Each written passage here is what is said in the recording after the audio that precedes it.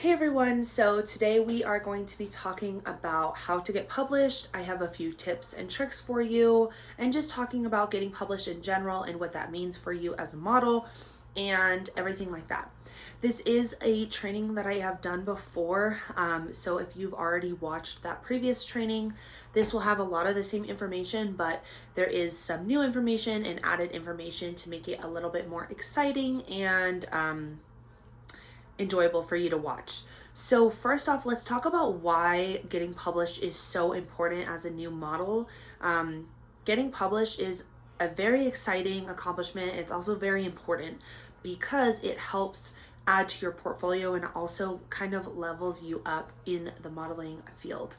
So having a publishment under your belt is really great for your resume as a model, if that makes sense. And it really helps you stand out from someone who just likes to take pictures, between that and someone who is actively pursuing modeling, if that makes sense. So we will talk about the type of publishments. I'm not just talking about print. That is what we talk about for the most part, but it includes a few other things. But before that, I wanted to show you guys some that I have been in, as well as an example too. So these are the ones I have been in. I think there's probably 2 or 3 more that I didn't end up purchasing. A lot of times, like, indie magazines are more expensive than, you know, something like Vogue, which runs, I think, like $7.99.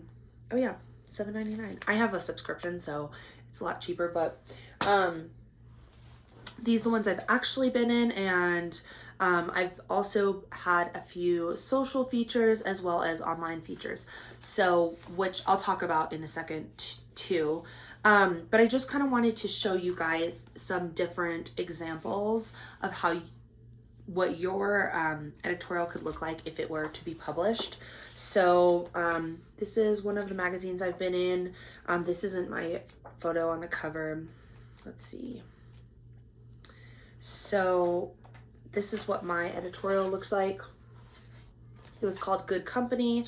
We shot it in the Strater Hotel. And we had several different looks.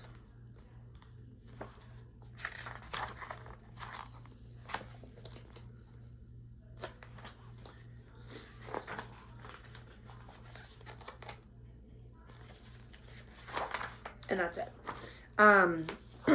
Let's see, moving on to this one. This is one I did with Genesis, Wishing on the Winds.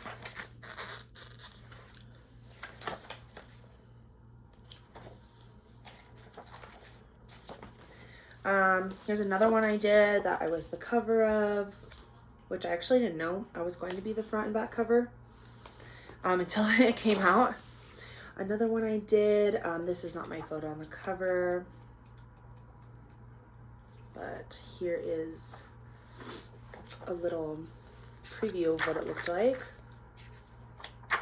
Oh, that's someone else's. This was my first one, which I got the cover of, and the back cover.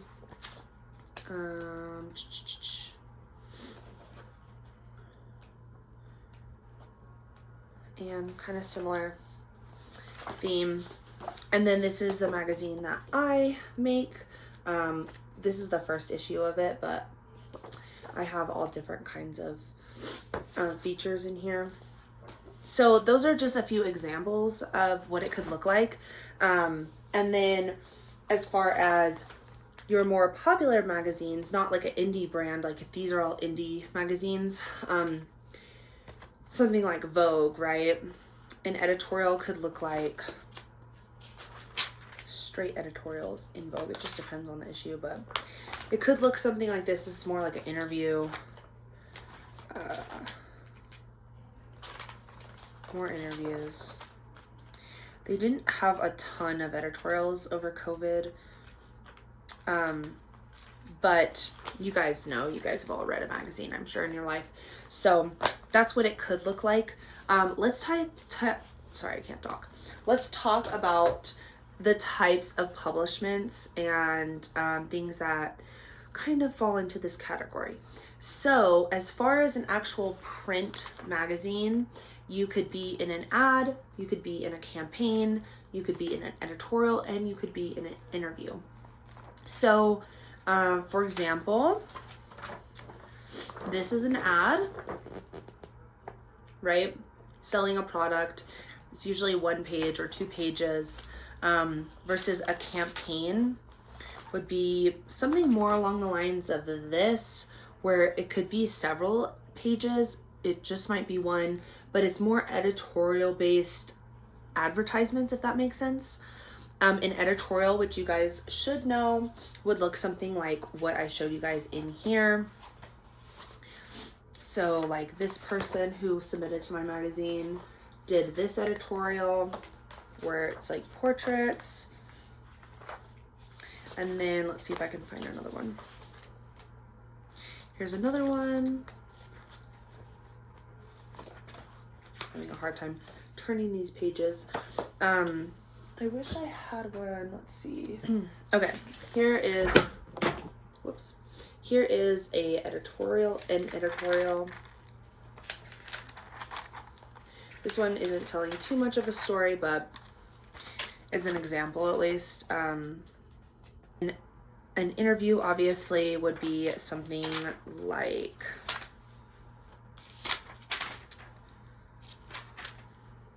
oh, here's another editorial. It's pretty cool.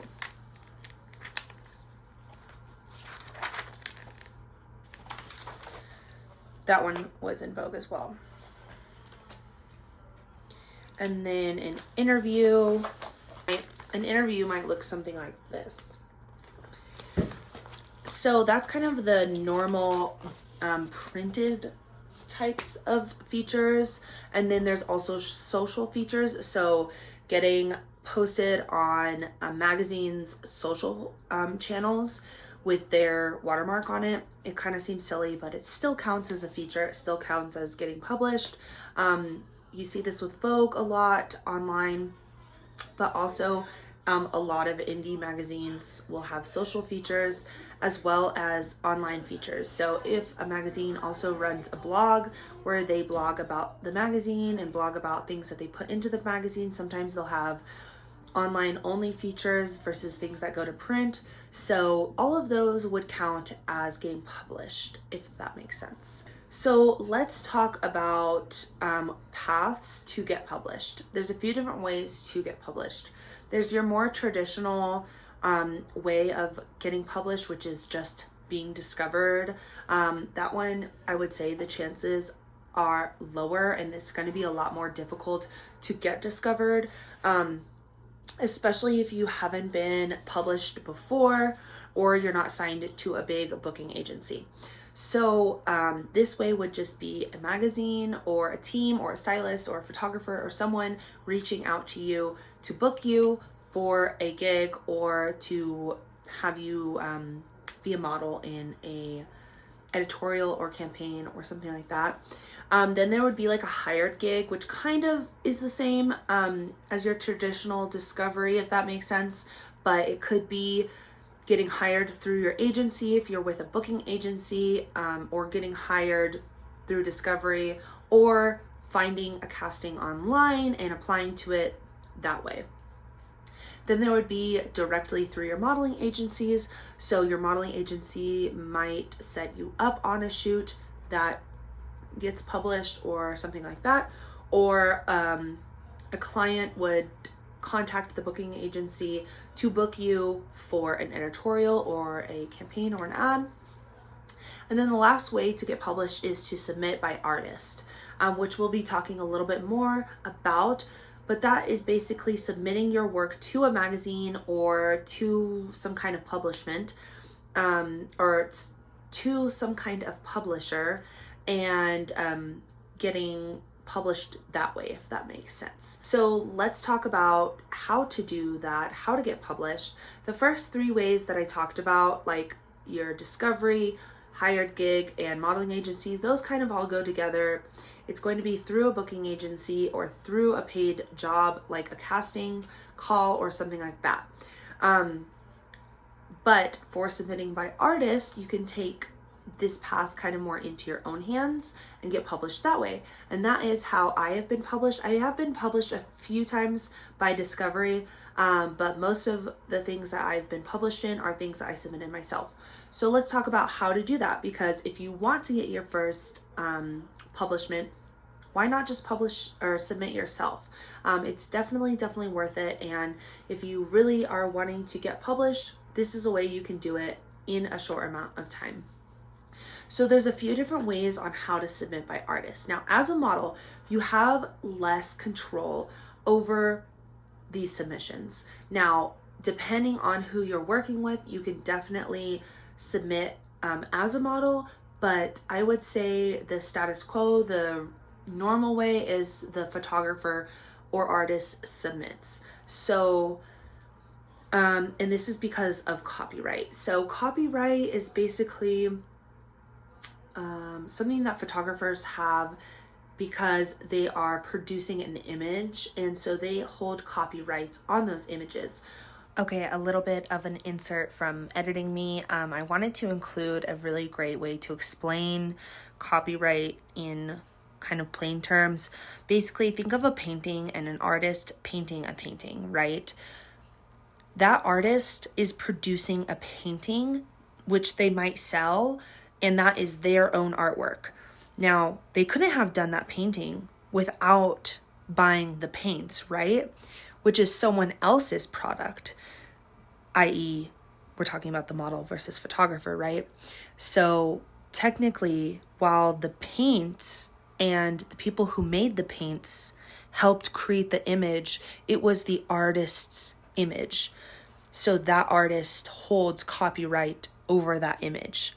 And you can say the same thing about photographers and models in this case, in this scenario, with the artist being the photographer and the paint being the model, if that makes sense.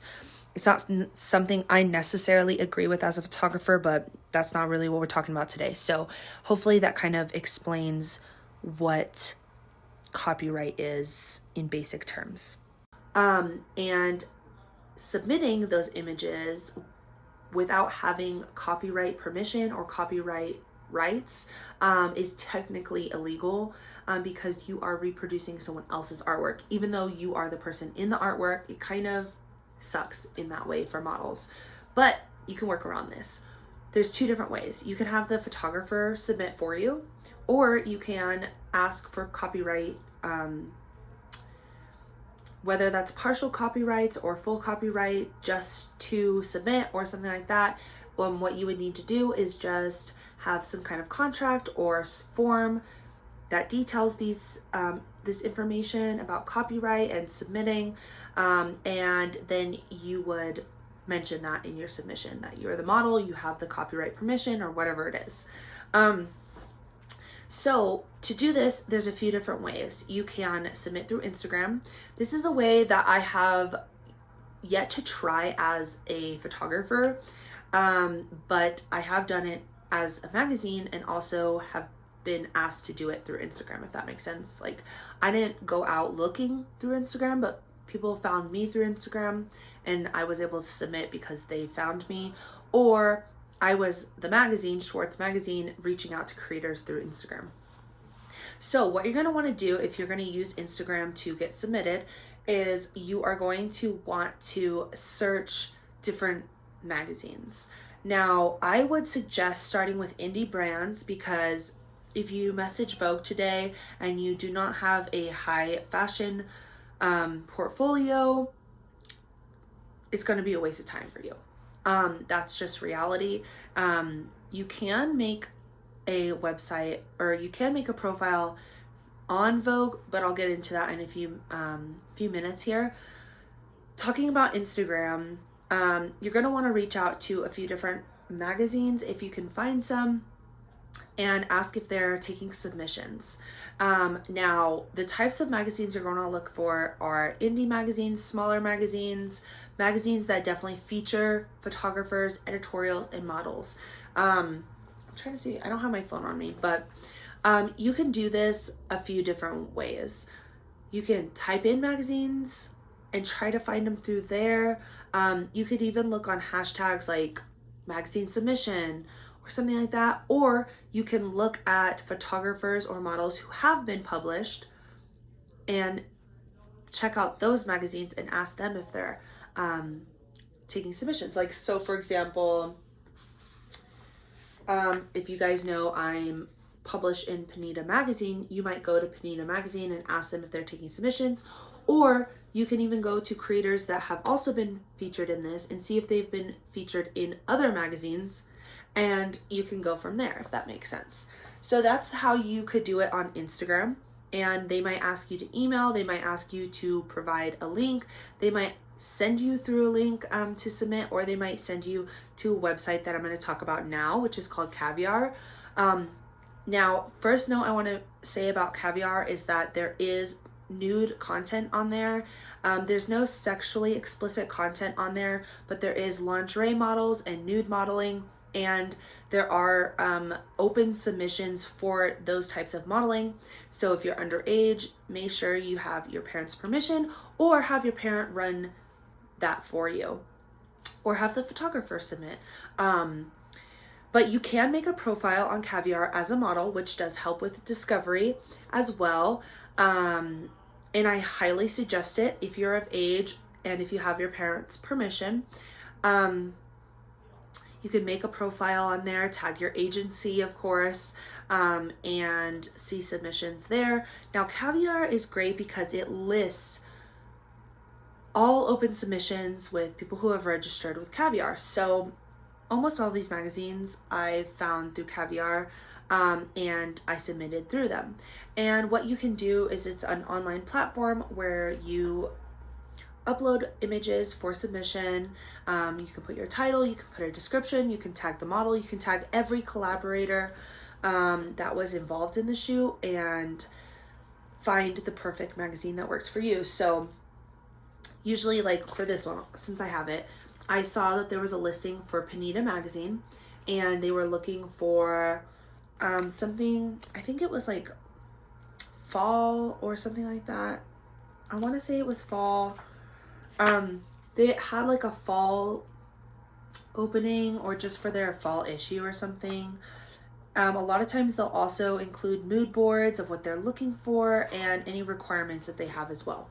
So I created a concept which was the Greek goddesses in the fall, and we did it kind of, you know, in this rocky area at Canyon of the Ancients, which I thought was different, which we actually weren't planning on shooting there, but we ended up shooting there and it worked out perfectly. So I found Panita Magazine. I found that this submission fit my editorial best.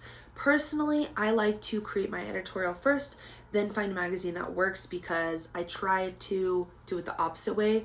Find an editorial that I like, and then, or find a magazine that I like and create an editorial for them.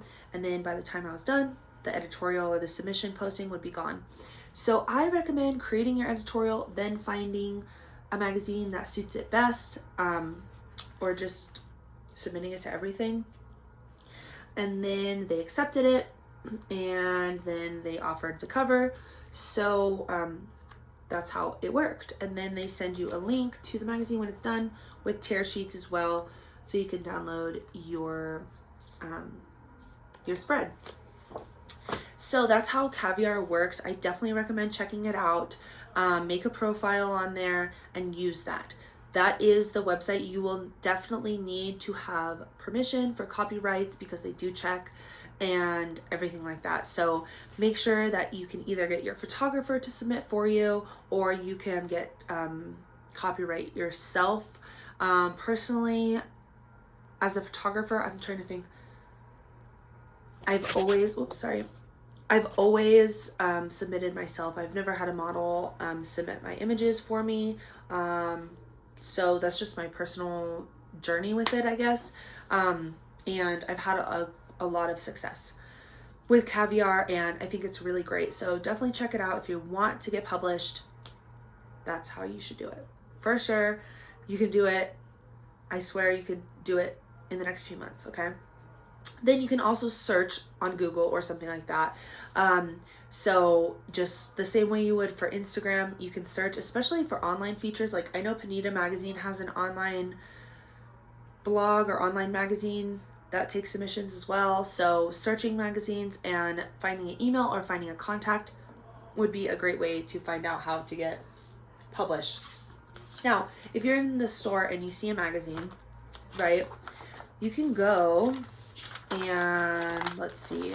So you can also find contributors in magazines like this, or you can find like in editorials or interviews. You can look at who wrote it or what stylist did it or whatever it is. And try to follow them on Instagram, try to look up their social profiles, maybe on LinkedIn, and try to get in contact with them. That's always a great way to ask them about submissions, ask them how you could be featured, things like that. So let's talk about submissions on Caviar and submissions in general, but especially on Caviar. But I would follow these guidelines for any submission you do, but it's most important on Caviar, okay? So if you're going to submit, you're going to want to have multiple looks, at least 2. It doesn't have to be new makeup and new hair. That would be great if you can schedule that. But it needs to be at least 2 looks. So I would recommend finding a location that you can shoot in that gives you variety. So I'm not taking, all my pictures sitting in this chair right here with 2 different outfits. It's going to look the same, right? Be moving around and change outfits. It should be fashion-based editorial. So an editorial, like or you should know, is something that tells a story with fashion and with the model. It's not necessarily selling something. It could. It's telling more of a story. So you definitely want to have a theme for your editorial that tells a story, and it can be anything that you want. It could be the color red. It could be all about, Renaissance era. It could be high fashion. It could be futuristic fashion. It could be 80s. Like, it could literally be anything, okay? It just needs to tell some kind of story. It needs to be high quality. So these are pictures that need to be retouched. They need to have a high quality standard. The photos need to be in focus, obviously. Things like this. So make sure that your photographer meets those standards, and that it would look good printed, because there is a difference when something is in focus versus when it isn't, or when something is not retouched at a high quality. And you also need to obviously have the photographer's copyright, like I mentioned, or have the photographer submit it. There are free submissions and paid submissions. You can pay to get a cover. If you really want to be on the cover of a magazine and you don't want to just take the chance, you can look for paid submissions that guarantee you a cover on Caviar. That's a great option as well. Personally, I just do free submissions, but you're more than welcome to try that. And then there's some other ways you can get discovered as well, such as Vogue. I don't know the exact link. I'll try to put it on the screen if I know it or if I find it. But you can create a profile, upload pictures, and that's another way to get published, like through Vogue, is they will share, I think, daily or weekly pics of their choice from the editor. They don't get published in the magazine, but Vogue puts out a series of images that they pick from people who submit, if that makes sense. So there's a bunch of different ways. I definitely recommend starting with Caviar or going on Instagram and searching for magazines and trying to submit that way. But that is how you can get your first submission and your first publishment and get published and add it to your portfolio.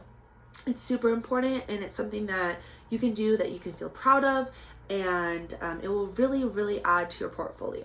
So that's it for today on submissions and getting published.